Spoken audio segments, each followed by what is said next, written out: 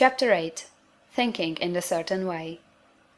Turn back to Chapter 6 and read again the story of the man who formed the mental image of his house, and you will get a fair idea of the initial step toward getting rich.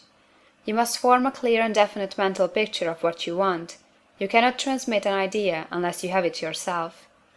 You must have it before you can give it. Many people fail to impress thinking substance because they have themselves only a vague and misty concept of the things they want to do, to have, or to become. It is not enough that you should have a general desire for wealth, to do good with. Everybody has that desire.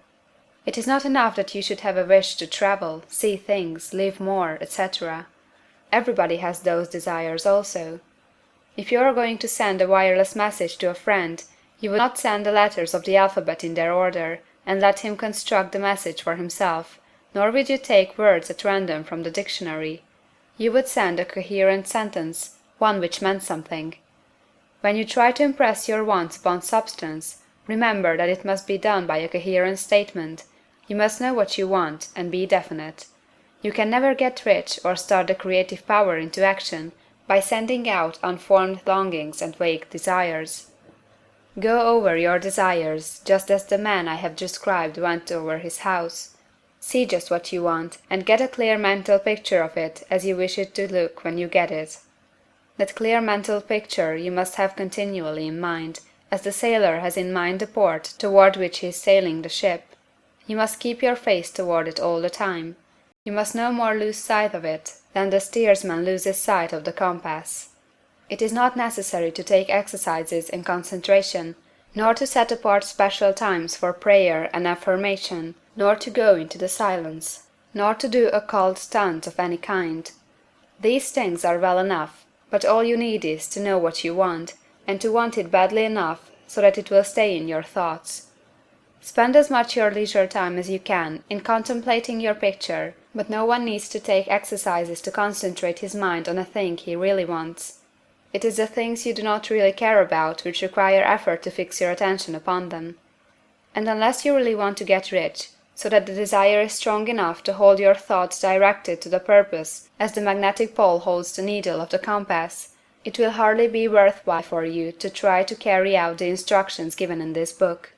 The methods herein set forth are for people whose desire for riches is strong enough to overcome mental laziness and the love of ease, and make them work. The more clear and definite you make your picture then, and the more you dwell upon it, bringing out all its delightful details, the stronger your desire will be, and the stronger your desire, the easier it will be to hold your mind fixed upon the picture of what you want. Something more is necessary, however, than merely to see the picture clearly. If that is all you do, you are only a dreamer, and will have little or no power for accomplishment. Behind your clear vision must be the purpose to realize it, to bring it out in tangible expression.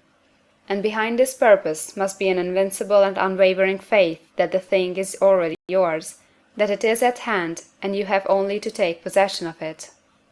Live in the new house mentally until it takes form around you physically. In the mental realm, enter at once into full enjoyment of the things you want.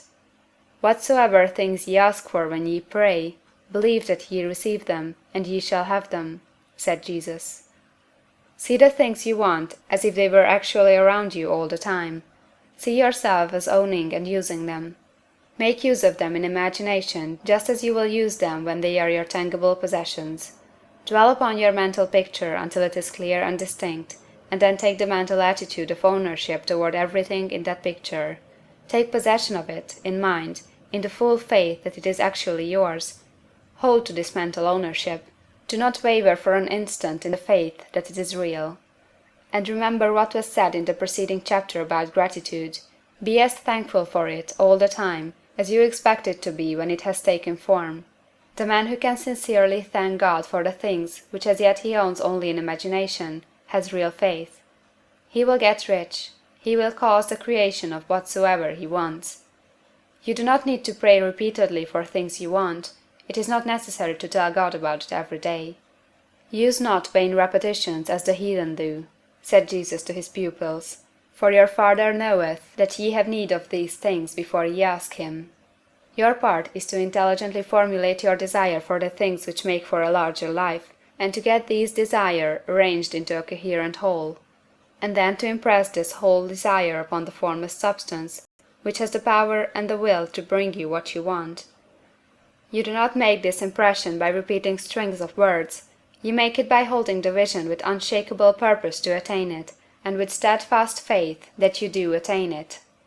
The answer to prayer is not according to your faith while you are talking, but according to your faith while you are working. You cannot impress the mind of God by having a special Sabbath day set apart to tell him what you want, and of forgetting him during the rest of the week.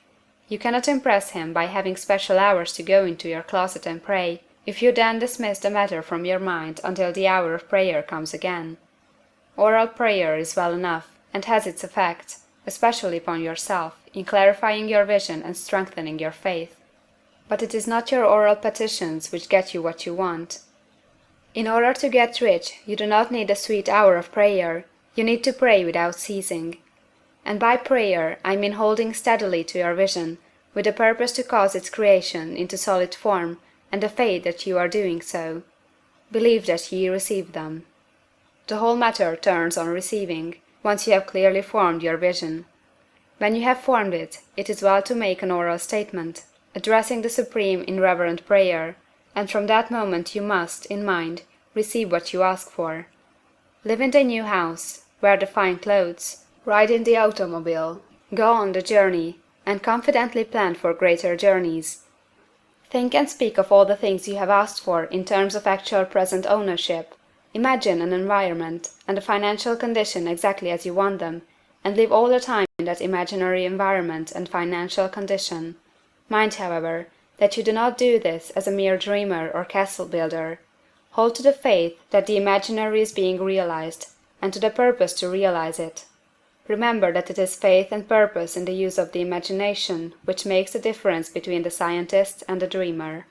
And having learned this fact, it is here that you must learn the proper use of the will.